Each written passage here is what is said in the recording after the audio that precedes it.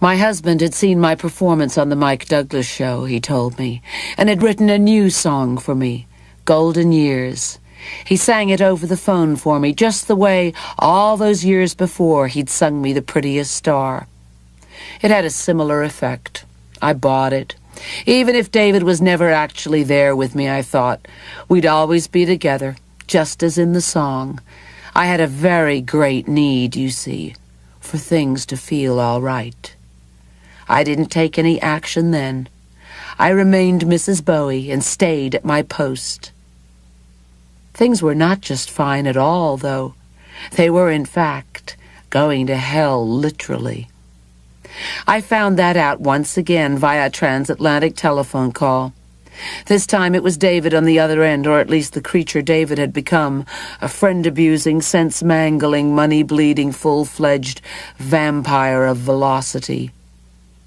Like coke addicts long before and after him, he'd learned to travel far and fast, to keep his mind spinning in tight little circles, even when standing perfectly still, to arrange an existence almost entirely devoid of daylight, to assume a world view of utter paranoia. In his case, no great stretch, and to start slowly sucking the life out of everybody close to him. He was calling me from Los Angeles, only half a world away from Oakley Street, but from the way he sounded, he might just as well have been off in the emptiness of some awful cold black hole, out there in the timeless infinity far beyond the reach of warmth and earthly human feeling. He said he was with the devil, or more specifically, that he was about to be with the devil. He was in a house somewhere, he didn't know exactly where, except that it was in L.A., and 3 people, a warlock and 2 witches, were holding him for some terrible Satan-related reason he kept trying, very incoherently, to explain. He wanted to get away, he said, but he didn't have any money and he didn't know where he was, and anyway the witches wouldn't let him leave. He was talking in slurred, hushed tones, and hardly making sense, and was crazed with fear. He sounded really spooky. I'd heard David speaking from some pretty cold, strange places, both by telephone and in person, but this sounded different, worse than I'd heard before. I got scared and insisted that he give me the number where he was, telling him he couldn't keep it a secret the way he liked to. It's a measure of how frightened he was that he gave it to me before he hung up the phone, or someone hung up for him. Rattled, I called Los Angeles immediately, and much to my relief reached Michael Lipman, the new manager with whom David was rearranging his affairs. I should, I guess, relate to you the story of Michael's entrance on the scene and the sorry tale of David's ultimate disaffection with Tony DeFries, but not in detail. It's entirely too tedious.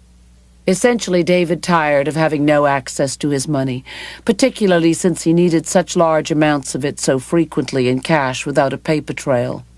For his part, Tony tired, or so I gather, of the way David resented him, refused his advice, and behaved in the standard out-of-control addict fashion, which is to say, paranoid, compulsive, abusive, and irrational.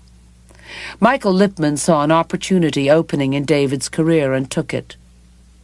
But back in Los Angeles, where we left David, still detained by witches in an undisclosed location, me on the phone with Michael Lipman, giving him the telephone number David had given me. Since Michael was both on good terms with David and in the same city, I told him maybe he should call the number.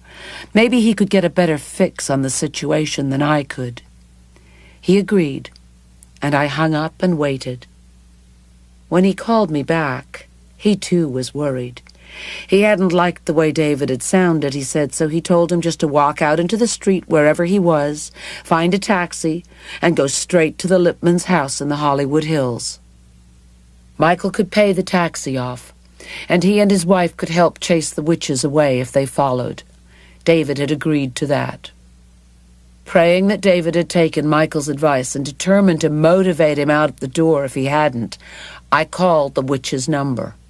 A woman answered, but I couldn't get any sense out of her, and I could hear people laughing crazily in the background. I listened to the gibberish coming at me across the Atlantic from that house in California, feeling a great sense of dread. And right then I decided to catch a plane. Duty very plainly, unavoidably, had called. I left that night. Looking down at the receding lights of Heathrow, I knew I was saying goodbye to civilization and heading into who knew what hell on earth in Hollywood. It's not as if the beast is any stranger in the Hollywood Hills, wherever you have a concentration of exceptionally ambitious, utterly amoral egomaniacs locked in throat-slashingly ruthless competition with each other, which is as good a description of the Los Angeles movie community as any I can think of. Some genius is going to hit on the idea of a career boost from Satan. I'm not kidding. Hollywood is very likely the most active occult area on the planet, and it's been that way for decades. The black arts are established to the point of being ingrained, and in the mid-70s they were thriving as never before or since. I knew that, so it wasn't any great surprise when transported intercontinentally to Michael and Nancy Lipman's house, I heard David's explanation of what went on between him and those witches, from whom he'd escaped just as Michael had advised, by walking out and hailing a cab. The deal, he said, was that those people wanted his semen. They wanted to hold him and cast a spell over him, again, I'm not kidding, so that he could inseminate one of the witches in a ritual ceremony on All Saints' Eve, and thereby bring an offspring of Satan into the world. Well, I thought, fancy that. The things a few grams of cocaine can do to inspire people. David's tale had lots of color and even greater grandiosity, but like most coke fantasies, it lacked any real spark, any true imagination. You watch Rosemary's Baby, then spend 2 days snorting 3-inch lines every 15 minutes in the company of some scumbag dealer and his coke horse, and presto! You're a poor little Mia Farrow and the big old power-procreating beast man rolled into one. An exceptionally interesting outing for the lance of love. Even in his paranoid fantasies, David was leading with his dick. I didn't know whether to laugh in his face or go cry in a corner. The idea of anyone thinking they'd actually have to force David Bowie to exercise Lance was pretty funny under any circumstances. On the other hand, the spiritual degradation demonstrated by his story was really sad. So I just straightened up and did my job. Angie would fix things, be the nurse and the cook and the voice of reason, make it all okay until next time. That was the way it went. Despite my unsuitability as a drugging companion, David found me very acceptable, even indispensable when too much got to be too much, and he started scaring himself. My first task, I perceived, was to get some food into him, the idea being that food might slow him down enough to consider the even better idea of sleep.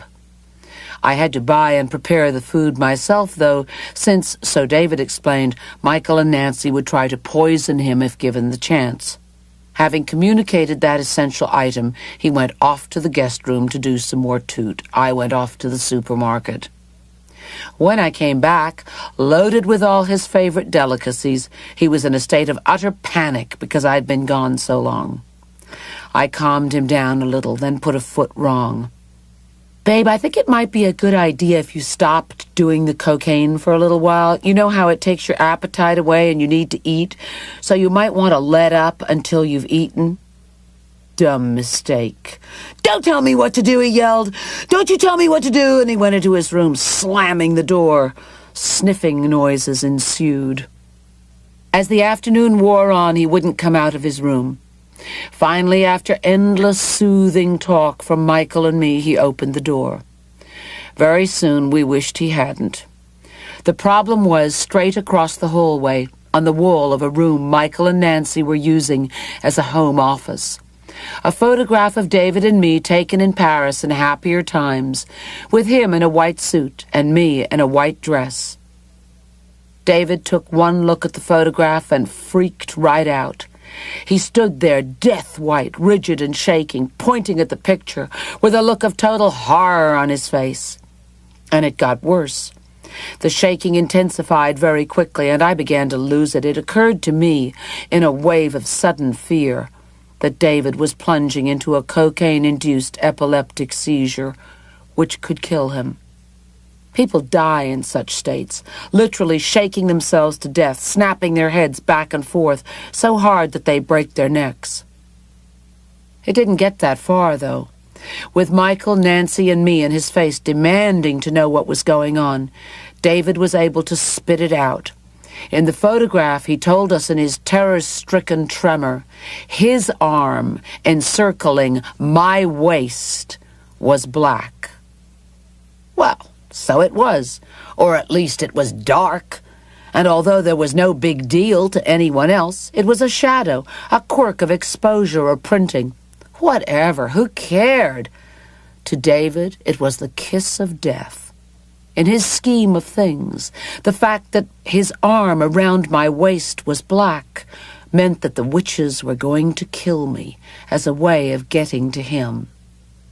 It signified, moreover, that their thrall had penetrated into his immediate environment. So back into his room he ran, and the door slammed shut again. Creative solutions were called for now.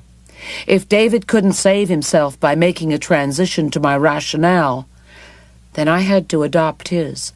I had to jump into that nest of spooks and demons with him and deal with them on his terms. Fortunately, I had the means of doing that. In my address book was the telephone number of Wally Elmlark, a very respectable white witch whom David and I had met in London while she was working with Robert Fripp on some weird ESP album project. Wally was great. She really knew her stuff, and she even looked the part, very pale and gothic, with good gypsy Slavic cheekbones, and to my great good fortune, she was home to take my call. I explained the situation to her, and she gave me a prescription over the phone, the ritual scattering of household herbs, she said, together with certain readings from the Tibetan Book of the Dead, which David had kept handy since his Buddhist monk wannabe days, should temporarily restore a relatively even keel. The news that I had a plan from Wally was in itself comforting to David, and he began to calm down. He even agreed to eat, if, that is, I and only I touched his food. I went into the kitchen, prepared him a tray, and took it to his room. I didn't notice it at first. David had to point it out to me. On a nice, balmy Hollywood late afternoon, a storm was going on outside his window. Rain, thunder, lightning, the works. Outside all the other windows in the house, there was calm and sunshine. I stood there looking at this thing, sort of numb, then snapped out of it, resumed my Angie Fix-It role, and proposed reassuring points about the eccentric California climate and the deceptive topography of the Hollywood Hills. I did a pretty good job, but all the same it took a long time to pacify David after this latest manifestation. He didn't get to sleep until quite late that evening. David finally began to break free from his satanic obsessions. It seemed as if we were to be spared further problems with demons, warlocks, and witches. At the same time, a threat already in place began really asserting itself. The awful Corinne Schwab fired up her campaign for exclusive rights to David Bowie, body and soul. My troubles with witches may have been over, but my troubles with bitches had only just begun.